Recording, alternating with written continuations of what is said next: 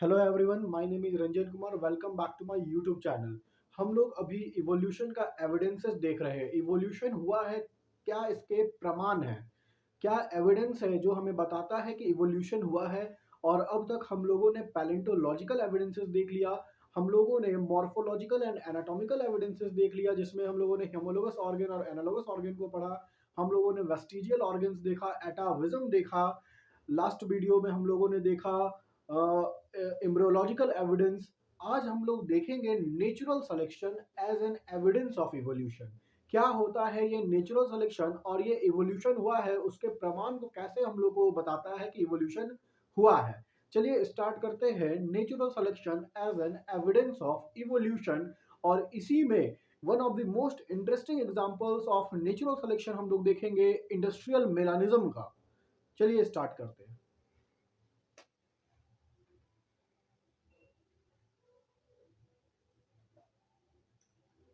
Natural selection as an evidence of evolution।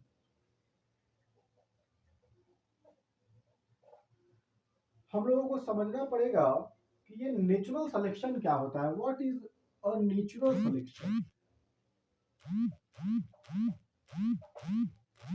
देखिए, natural selection क्या होता है। जैसे कि मान लो कोई भी एक पॉपुलेशन है। एग्जांपल हम लोग ले लेते हैं ह्यूमन के पॉपुलेशन का। ह्यूमन का पॉपुलेशन में क्या जितना भी ह्यूमन से सब एक जैसा है? सबका एक हाइट है, सबका बॉडी कलर एक है? क्या जो एक्सटर्नल अपीयरेंस है सबका एक है? नहीं है, एक है ना। क्या है? सब अलग अलग है। कोई ज्यादा छोटा है, कोई ज्यादा बड़ा है, कोई गोरा है, कोई काला है। इसको हम लोग क्या बोलते हैं? इसको हम लोग बोलते हैं वेरिएशन। क्या बोलते हैं इसको हम लोग? वेरिएशन। किसी भी पॉपुलेशंस में जो वेरिएशंस आता है उसके दो रीजन हो सकते हैं। पहला रीजन होता है सेक्सुअल रिप्रोडक्शन से होने वाला वेरिएशन, जिसको हम लोग सेक्सुअल रिकॉम्बिनेशन बोलते हैं। दूसरा रीजन है म्यूटेशन। दो रीजन से किसी भी पॉपुलेशंस में वेरिएशन आएगा। पहला रीजन है सेक्सुअल रिकॉम्बिनेशन और दूसरा रीजन है म्यूटेशन। देखिए, जो भी पॉपुलेशंस है, पॉपुलेशंस में होता है वेरिएशन। वेरिएशन दो रीजन से हो सकता है। पहला रीजन है sexual reproduction. Sexual reproduction leads to variation, जिसको हम लोग सेक्सुअल रिकॉम्बिनेशन बोलेंगे। Sexual recombination. दूसरा रीजन है वेरिएशन आने का म्यूटेशन।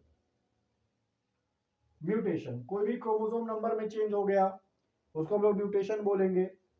कोई भी जीन डिलीट हो गया, कि कोई भी जीन का सब्स्टिट्यूशन हो गया, उसको हम लोग म्यूटेशन बोलेंगे। तो दो रीजन से किसी भी पॉपुलेशन में वेरिएशन आ सकता है। या तो वो सेक्सुअल रिप्रोडक्शन से होगा या म्यूटेशन से होगा। सेक्सुअल रिकॉम्बिनेशन क्या होता है, कैसे इसको समझेंगे? देखो, जैसे कि मान लो कि जो फादर है, फादर फादर डार्क है और टॉल है। फादर डार्क है और टॉल है, लेकिन जो मदर है वो थोड़ा हाइट कम है। मीन्स हाइट कम है थोड़ा, है ना। पूरा बौना तो नहीं बोलेंगे, थोड़ा हाइट कम है। और जो मदर है वो लाइट है, गोरी है मतलब, है ना। तो इन दोनों के बीच सेक्सुअल रिप्रोडक्शन होगा और हम लोगों को जो ऑफस्प्रिंग मिलेगा वो मिलेगा। सपोज दैट ऐसा ऑफस्प्रिंग मिला जो टॉल है और लाइट है। तो देखो, ये भी ह्यूमंस, ये भी ह्यूमंस, ये भी ह्यूमंस, लेकिन वेरिएशन आया ना। ये वेरिएशन क्यों आया? क्योंकि यहाँ पे सेक्सुअल रिकॉम्बिनेशन हुआ। फादर साइड से एक कैरेक्टर आया, मदर साइड से एक कैरेक्टर आया। इसी को हम लोग सेक्सुअल रिकॉम्बिनेशन बोलते हैं। मतलब एक कैरेक्टर मदर साइड से, एक कैरेक्टर फादर साइड से, सेक्सुअल रिकॉम्बिनेशन हो गया और हम लोग को एक नया कैरेक्टर दिखा। तो ये एक रीजन हो सकता है वेरिएशन आने का, सेक्सुअल रिकॉम्बिनेशन। दूसरा रीजन है वेरिएशन आने का, वो है म्यूटेशन। म्यूटेशन में कोई भी क्रोमोसोम नंबर चेंज हो गया, कोई भी इंपॉर्टेंट प्रोटीन्स जो डीएनए है वहां से चेंज हो गया, कोई भी जीन का इंसर्शन हो गया, डिलीशन हो गया, सब्स्टिट्यूशन हो गया, है ना। तो म्यूटेशन इन्हीं सब कारणों से आ सकता है। अब देखो, जो ये कैरेक्टर्स है, जो सेक्सुअल रिकॉम्बिनेशन से आ रहा है या कोई कैरेक्टर म्यूटेशन से आ रहा है, कौन कैरेक्टर को नेचर सेलेक्ट करेगा? किस कैरेक्टर को नेचर सेलेक्ट करेगा? नेचर उसी कैरेक्टर को सेलेक्ट करेगा जिसके पास बेटर जीन्स होगा, जिसके पास बेटर जीन्स होगा और जिसका फिटनेस ज्यादा होगा। फिटनेस बोलने का मतलब क्या है? फिटनेस बोलने का हम लोग किसको फिट बोलेंगे? मान लो अगर हम लोग आज आज का जो इन्वायरमेंट है या आज का जो हम लोग का आसपास का एटमोस्फेयर है, हम लोग किसको फिट बोलेंगे? जो ज्यादा इंटेलिजेंट है। जो ज्यादा इंटेलिजेंट है वो ज्यादा बेटर सर्वाइव कर रहा है, या मतलब बेटर सर्वाइव करने का मतलब इंटेलिजेंट है, ज्यादा ब्रेन है, ज्यादा पैसा कमा रहा है, और जो ज्यादा पैसा कमा रहा है वो आज के डेट में बेटर सर्वाइव कर रहा है। मतलब नेचर उसको सेलेक्ट कर रहा है। जैसे कि एक एग्जांपल लेते हैं, मान लो कोई लड़का है, कोई है इंडिविजुअल्स, वो बहुत बढ़िया कोई चलो गवर्नमेंट जॉब कर रहा है,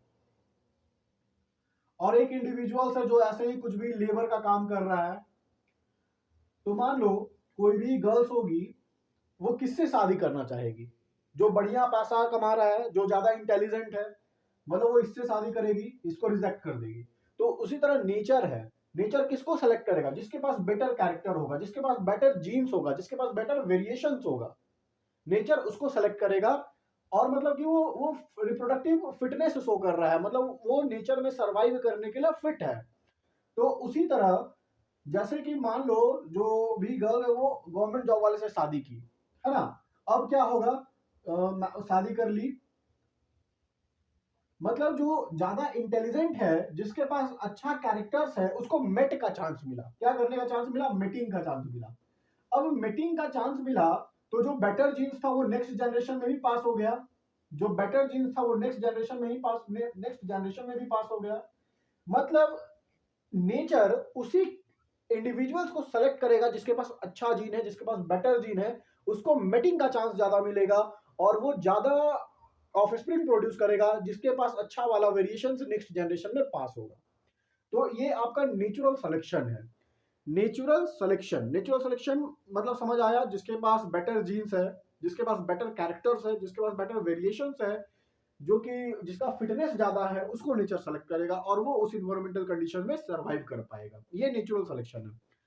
देखेंगे जो डार्विन्स है ना, डार्विन्स और वैलेक, ये कॉन्सेप्ट दिया था नेचुरल सिलेक्शन का। Means the characters selected by a nature, the characters or the individual selected by a nature that have a better gene, better variations, that have a better characters। देखेंगे इसके बाद एक examples है जो आप लोग को पढ़ना है नेचुरल सिलेक्शन में as an evidence of evolution, industrial melanism का। इंडस्ट्रियल मेलानिज्म, देखिए ये क्या होगा इंडस्ट्रियल मेलानिज्म? ये तो टॉपिक का नाम हो गया इंडस्ट्रियल मेलानिज्म। इंग्लैंड में इंडस्ट्रियलाइजेशन से पहले, before industrialisation,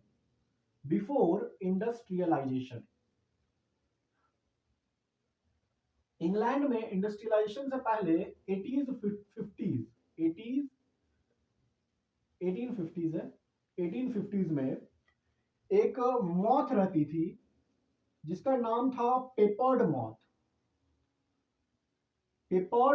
moth. Scientific name था शायद बिट्सन ब्यूटिलेरिया।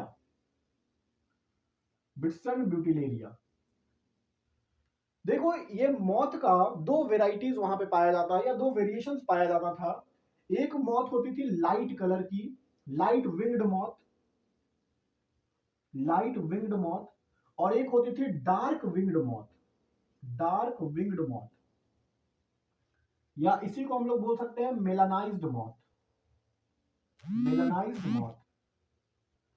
तो जो लाइट विंग्ड मॉथ होगी उसको हम ऐसे ही सिंपल शो करेंगे,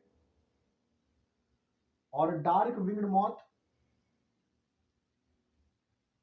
डार्क। इंडस्ट्रियलाइजेशन से पहले, मतलब इंडस्ट्रियलाइजेशन से पहले देयर इज नो पॉल्यूशन। जब इंडस्ट्रियलाइजेशन नहीं हुआ था तो वहां पर पॉल्यूशन नहीं था, तो वहां पर लाइकेन्स ग्रो करता था। ये लाइकेन्स क्या होता है आप लोगों को पता होगा? Lichens is a pollution indicators. जहां पे पॉल्यूशन नहीं है ये लाइकेन्स वहीं पे ग्रो करेगा। तो जो भी इंडस्ट्रियलाइजेशन से पहले वहां पे जो ट्री का बार्क था, जो ट्री का बार्क था वो मतलब लाइकेंस की वजह से व्हाइटिश कलर का दिखता था, या हम लोग बोलेंगे लाइट कलर का दिखता था, जिसके वजह से जब इस बार्क पे ये लाइट वाला पेपर्ड मॉथ बैठता था तो ये बार्क के साथ कैमोफ्लैग कर लेता था। कैमोफ्लैग करने का मतलब कि देखो, ये जो बार्क है ट्री का, इसका एक्चुअल कलर तो ब्राउन होगा, लेकिन वहां पे कोई पॉल्यूशन नहीं है तो यहाँ पे लाइकेंस ग्रो कर गया। लाइकेंस ग्रो कर गया तो जो ये ट्री का बार्क है वो कैसा हो गया, लाइट कलर का हो गया। तो जब ये लाइट विंग्ड मॉथ उस पर बैठा तो ये कैमोफ्लैग हो गया, मतलब ये लाइट विंग्ड मॉथ जो भी इंसेक्ट्स ईटिंग बर्ड्स है उसको नहीं दिखी, तो वो इसको नहीं खाया। लेकिन जो डार्क विंग्ड मॉथ था, जो डार्क विंग्ड मॉथ था, ये कैमोफ्लैग नहीं कर पाया, तो जो भी मॉथ ईटिंग बर्ड्स है वो इसको खा लिया। This is a light winged moth, light winged moth, and this is a dark winged moth या मेलानाइज्ड मॉथ, है ना। तो समझ आ रहा है ना, लाइकेंस यहाँ पे ग्रो कर गया है इसीलिए लाइट दिख रहा है। लाइकेंस के वजह से जो लाइट विंग्ड मॉथ है वो कैमोफ्लैग कर लिया, तो जो भी फिश, जो भी इंसेक्ट्स ईटिंग बर्ड्स है या मॉथ ईटिंग बर्ड्स है इसको नहीं खा पाया। तो इंडस्ट्रियलाइजेशन से पहले जो लाइट विंग्ड मॉथ था वो डोमिनेंट था। लाइट विंग्ड मॉथ क्या था, डोमिनेंट था। मतलब दी एलिलिक फ्रीक्वेंसीज जो लाइट विंग्ड मॉथ का, मान लो 95% लाइट विंग्ड मॉथ था और 5% सिर्फ डार्क विंग्ड मॉथ था। डार्क विंग्ड मॉथ, ये इंडस्ट्रियलाइजेशन से पहले का बात है। ये इंडस्ट्रियलाइजेशन से पहले का बात है, इंग्लैंड में 1850s का बात है। समझ आ रहा है ना आप लोग को। वहां पे एक जो भी ट्री है, लाइकेंस के वजह से वो जो ट्री का बार्क है वो लाइट कलर का था, जिससे कि लाइट विंग्ड मॉथ दिखाई नहीं दिया। किसको दिखाई नहीं दिया, मॉथ ईटिंग बर्ड्स को। तो वो इसको नहीं खाया। किसको खाया, जो डार्क विंग्ड मॉथ है, ये क्योंकि कैमोफ्लैग नहीं कर पाया। अब क्या हुआ, इंडस्ट्रियलाइजेशन के बाद हम लोग देखेंगे आफ्टर इंडस्ट्रियलाइजेशन।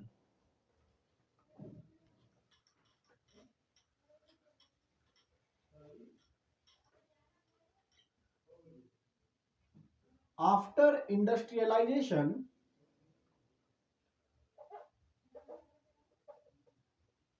आफ्टर इंडस्ट्रियलाइजेशन यानी कि 90s 20s में क्या हुआ, इंडस्ट्रीज आ गया। इंडस्ट्रीज आ गया तो पॉल्यूशन बढ़ गया, पॉल्यूशन रिलीज होने लगा। मेनली सल्फर डाइऑक्साइड का पॉल्यूशन था, SO2 का कंसेंट्रेशन इंक्रीज होने लगा, जिससे कि जो लाइकेंस था वो वहां से खत्म हो गया। क्योंकि क्या बोले, लाइकेंस एक पॉल्यूशन इंडिकेटर्स है। लाइकेंस उसी जगह पे ग्रो करेगा जहां पे पॉल्यूशन नहीं होगा। तो SO2 का कंसेंट्रेशन जैसे ही बढ़ गया, लाइकेंस से सारा खत्म हो गया, तो जो ट्री के बार्क का असली कलर था वो दिखने लगा। ट्री के बार्क का जो असली कलर था, जो ब्राउन कलर का होगा, वो दिखने लगा। तो फिर क्या हुआ, जो लाइट विंग्ड मॉथ थी, जो लाइट विंग्ड मॉथ थी, ये कैमोफ्लैग नहीं कर पाई। लेकिन अब जो डार्क विंग्ड मॉथ था वो कैमोफ्लैग कर लिया। कैमोफ्लैग कर लिया तो जो मॉथ ईटिंग बर्ड्स है वो इसको खा लिया। मॉथ ईटिंग बर्ड्स, ये लाइट वाला कैमोफ्लैग नहीं कर पाया, तो जो मॉथ ईटिंग बर्ड्स है इसको आसानी से दिख गया लाइट वाला, और लाइट वाला को, जो मॉथ ईटिंग बर्ड्स था, उसको खा लिया। तो जो लाइट विंग्ड मॉथ का पॉपुलेशन था वो अचानक से डिक्लाइन हो गया। लाइट विंग्ड मॉथ का जो पॉपुलेशन था वो तुरंत डिक्लाइन हो गया, और ये डोमिनेंट नहीं रहा। कौन डोमिनेंट हो गया, ये डार्क विंग्ड मॉथ अब डोमिनेंट हो गया। डार्क विंग्ड मॉथ डोमिनेंट हो गया। डोमिनेंट मतलब कि जो एलिलिक फ्रीक्वेंसीज था डार्क विंग्ड मॉथ का, वो अब 95% हो गया, और लाइट विंग्ड मॉथ का एलिक फ्रीक्वेंसी 5% हो गया।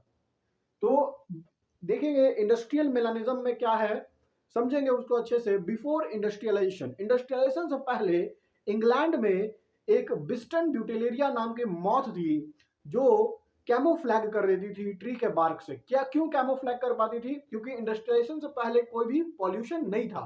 पॉल्यूशन नहीं था, जिसके वजह से ट्री के बार्क के ऊपर लाइकेंस ग्रो करता था और जो ट्री का बार्क था वो डार्क कलर का दिखने लगता था, वो लाइट कलर, सॉरी, जो ट्री का बार्क था वो लाइट कलर का दिखने लगता था, जिससे कि लाइट विंग्ड मॉथ कैमोफ्लैग कर पाती थी, है ना। और जो डार्क विंग्ड मॉथ था वो मॉथ ईटिंग बर्ड्स को आसानी से दिख जाती थी, जिससे कि मॉथ ईटिंग बर्ड्स डार्क वाले को खा जाता था और लाइट विंग्ड मॉथ का पॉपुलेशन बढ़ गया, वो डोमिनेंट हो गया। लेकिन आफ्टर इंडस्ट्रियलाइजेशन जब पॉल्यूशन बढ़ा, सल्फर डाइऑक्साइड बेसिकली वो पॉल्यूशन पॉल्यूटेंट था, तो जो लाइकेंस था वो खत्म हो गया। लाइकेंस के खत्म होने से जो ट्री के बार्क का असली कलर था वो दिखने लगा, जिससे कि अब लाइट विंग्ड मॉथ कैमोफ्लैग नहीं कर पाई, डार्क वाला कैमोफ्लैग कर गया। अब मॉथ ईटिंग बर्ड्स को लाइट वाला आसानी से दिखा, वो लाइट वाले को खा गया, डार्क वाला अब डोमिनेंट हो गया। ये आपका है इंडस्ट्रियल मेलानिज्म। इसके बाद मतलब ये जो इंडस्ट्रियल मेलानिज्म के का कंडीशन था इंग्लैंड में हुआ था। इसके बाद आप लोग देखेंगे जो समय के साथ क्या कोई कोई डोमिनेंट हो जा रहा है, कोई खत्म हो जा रहा है, इसी को ना इवोल्यूशन बोल रहे हैं, चेंज हो रहा है। इवोल्यूशन मतलब क्या, चेंजेस, मॉडिफिकेशंस। 1850 इंडस्ट्रियलाइजेशन से पहले लाइट विंग डोमिनेंट था, मतलब उसका पॉपुलेशन ज्यादा था, लेकिन इंडस्ट्रियलाइजेशन के बाद जो डार्क विंग मोड था उसका पॉपुलेशन ज्यादा हो गया। तो ये क्यों हुआ? एवोल्यूशन हुआ, समय के साथ बदलाव आया। जो इन्वायरमेंटल कंडीशंस था, पहले पॉल्यूशन नहीं था, बाद में पॉल्यूशन बढ़ा, समय के साथ मॉडिफिकेशंस आया, यही तो इवोल्यूशन है। तो ये एविडेंस हुआ ना इवोल्यूशन का। दूसरा आप लोग देखेंगे कि हम लोग जो भी फील्ड है वहां पे पेस्टिसाइड्स, हर्बिसाइड्स को डालते हैं। तो ये डालने से क्या जो भी वीड्स है खेत में सब मर जाता है? नहीं। कौन रह जाता है? जो रेसिस्टेंट है इससे, पेस्टिसाइड्स और हर्बिसाइड से रेसिस्टेंट है, वो वाला वीड्स नहीं मरता है, वो वाला इंसेक्ट्स या वो वाला पेस्ट नहीं मरता है ना। तो वो क्यों? रेसिस्टेंट है, वो उसके उस पर ये असर नहीं कर रहा है। उसी तरह हम लोग एंटीबायोटिक खाते हैं, antibiotic resistant microbes, antibiotic resistant microbes, मतलब आप कितना भी एंटीबायोटिक खाते जाइए, जो माइक्रोब्स रेसिस्टेंट है वो नहीं मरेगा। तो ये सब एग्जांपल्स है evolution by anthropogenic action. Anthropogenic action मतलब क्या होता है?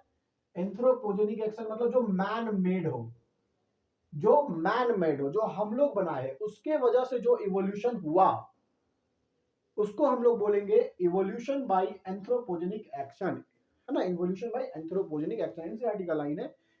ऐसा इवोल्यूशन जो ह्यूमंस के कारण हो रहा है, they are called evolution by anthropogenic action.